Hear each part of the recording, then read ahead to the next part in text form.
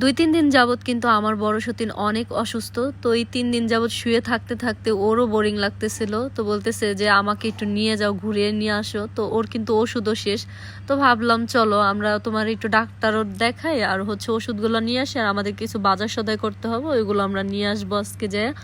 তো ও কিন্তু লড়তেই পারতেছে না, দেখো এত আস্তে আস্তে হাঁটতেছে, মনে হইতেছে যে পিঁপড়া হাঁটতেছে। তো ওর অসুস্থতা মানে এতটাই অসুস্থ আমি বুঝতে পারতেছি, যেহেতু আমারও কিছুদিন আগে অসুখ অসুখ হয়েছিল, আমি জানি যে কতটা খারাপ লাগে।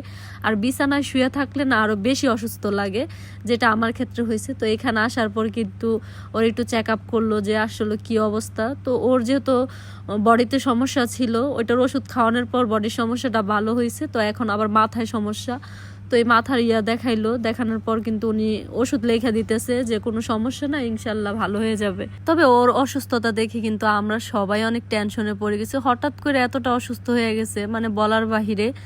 আর মনে করেন যে আমার শাশুড়ি বারবার বলতেছিল যে ওর হসপিটালে নিয়ে একটু ভর্তি করে দেখো। তো ও কিন্তু হসপিটালে যেয়ে ভর্তি হইতে চায় না, ও সবসময় বলে যে আমি যদি মরি তো আমি বাসায় মরতে চাই। কারণ হসপিটালে গেলে মানে নানান ধরনের রোগের কথা বলে, এটা বলে ওইটা বলে, ও এগুলো পছন্দ করে না। ও বলতেছে যে ইনশাল্লাহ আমি সুস্থ হয়ে যাব, তোরা সবাই দোয়া কর, আমি যাব না হসপিটালে। তো ডাক্তার যে ওষুধটা দিছে ওরে, ওই ওষুধটা আমরা এখনই খাওয়াই দিতেছি, কারণ মাথাতে প্রচণ্ড পরিমাণের ব্যথা। ও যে রিক্সা দিয়ে আসছে, সরি রিক্সা না ভ্যান, তো ভ্যান দিয়ে যে আসছে, ওইখান দিয়ে আসার সময় বলতেছিল যে আমার মাথায় অনেক ব্যথা করতেছে, আমি আর সহ্য করতে পারতেছি না। তো এই কারণে কিন্তু এইখানেই আমরা মানে ফার্মেসির সামনে থেকে ওষুধ খাওয়াইছি, তারপর হচ্ছে মলম দিছিল, ওইটা আবার ঘাড়ে একটু ডইলা দিচ্ছে। এখন আসছি আমরা হচ্ছে হাটে হাটে আসছি কিছু হাঁস কেনার জন্য। তো অনেক ঘোরাঘুরি কিন্তু করছি আজকে, ঘোরাঘুরির পর হাঁস পাই কিন্তু মনের মতো একটাও হয় না। এখানে কিন্তু অনেক ঘোরাঘুরির পর কিন্তু আমরা ছোট ছোট কয়েকটা মানে হাঁসের বাচ্চা কিনছি, এটা তোমরা লাস্ট ভিডিওতে দেখতে পারবা। লাস্ট ভিডিও না, এই যে এখানেই কিন্তু দেখতে পারবা যে আমরা হাঁসের বাচ্চা কিনছি। হাঁসের বাচ্চাগুলো এত পরিমাণের কিউট। তো আমি কিন্তু আবার বারবার বলতেছিলাম যে বাচ্চাগুলো বাঁচবে কিনা। আমরা কিন্তু 4টা বাচ্চা কিনছিলাম হাঁসের, তো এখান থেকে মাশাল্লাহ 3টা আমাদের এখনো জীবিত আছে, মাশাল্লাহ বড় হয়েছে আগের চাইতে। তো ঘুরে যাইতে নিয়েছিলাম, তারপর আবার চিন্তা করলাম যে না নিয়ে যাই, যদি আল্লাহ বাঁচায় রাখে তো বাঁচবে না কেন। তো এখান থেকে কিন্তু আমরা 5টা বাচ্চা নিছি। তো এটা আমরা মানে 3 জনের চয়েস করে নিতেছি যে আসলে কোনটা বেশি চঞ্চল। তো চঞ্চল টাইপের বাচ্চাগুলো না দেখতেও সুন্দর লাগে। আর বাসায় আনার পর বিশ্বাস করো, আমাদের যে বড় হাঁসগুলো আছে, আমরা কিন্তু আরও 2টা চিনি হাঁস না চীনা হাঁস বলে, তো ওইরকম হাঁস আনছি 2টা। তারপরে আগের যে বাচ্চা হাঁস আসছিল ওইগুলো কিন্তু অনেক বড় বড় হয়েছে, দেখাবো ইনশাল্লাহ একটা ভিডিওতে। তো এই বাচ্চাগুলো আনার পর ওই বাচ্চাগুলো শুধু এইগুলার আসে মারার জন্য, মানে পছন্দ করতেছে না, হঠাৎ করে আসছে। তো হঠাৎ করে আসলে কেউ কারোর পছন্দ করে না, এটাই তার প্রমাণ। তবে বাচ্চাগুলো কিন্তু অনেক ভালো লাগছে। আর এখানে অনেক মুরগির বাচ্চাও ছিল, তো নিতে চাইছিলাম। আর আমাদের বাসায় অলরেডি কিন্তু আমার শাশুড়ি যে মানে মুরগি ছিল ওগুলা বাচ্চা ফোটাইছে অনেক সুন্দর সুন্দর।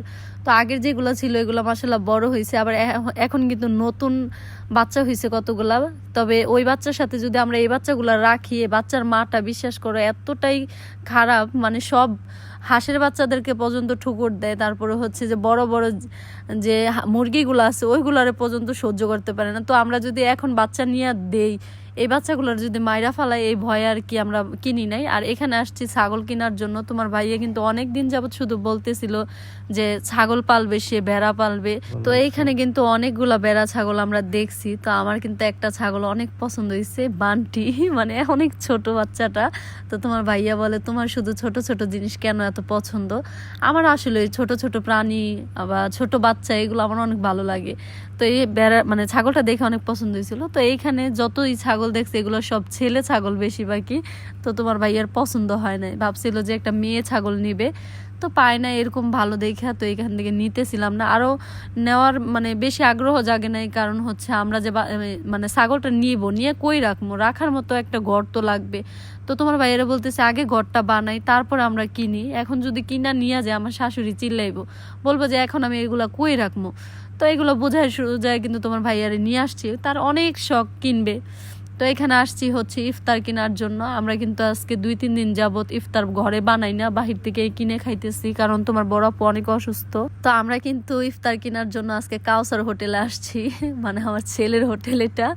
তো এখানে আসার পর কিন্তু আঙ্কেলটাও আমাদেরকে অনেক ভালোবাসে। তো আঙ্কেল বলতেছিল তোমাদের সাথে অনেক দিন পর আমাদের দেখা হইলো, তোমরা কেমন আছো? তো আমরা বললাম ভালোই। তো আমরা কিন্তু এই দোকানে আসছি মানে হাঁস মুরগির জন্য ফিড কেনার জন্য, আর হচ্ছে ভুসি। আর তোমার বড় আপু অনেক দিন যাবত আমার বলতেছে কাবুলি পোলাও খাওয়ানোর জন্য।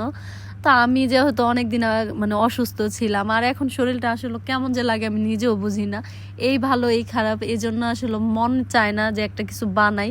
খাইতে ইচ্ছা করলো আর আসলে বানানো হয় না। তো আজকে তোমার বড় আপু যেহেতু বলছে, তো এই জন্য আমি বললাম যে আচ্ছা বাসমতি চাল নিয়ে নাও, ওরে আমি কালকে কাবুলি পোলাও রান্না করে খাওয়াবো। এত খুশি হয়েছে বিশ্বাস করো, মনে হয় একটা গিফট করলে এতটা খুশি হইতো না কাবুলি পোলাওর কথা শুনি না যতটা খুশি হয়েছে। আর অনেকেই আমার বলো যে কাবুলি পোলাও এইভাবে রান্না করে না ওইভাবে করে, দেখো অনেকে অনেকভাবেই খায়। কাবুলি পোলাও এমন একটা জিনিস, এটা তুমি যে কোনোভাবে রান্না করে খাইতে পারবা, আর এটার সাথে তুমি চাইলে অনেক কিছু অ্যাডও করতে পারবা। তো আমি কিন্তু সিম্পলভাবে রান্না করার ট্রাই করি।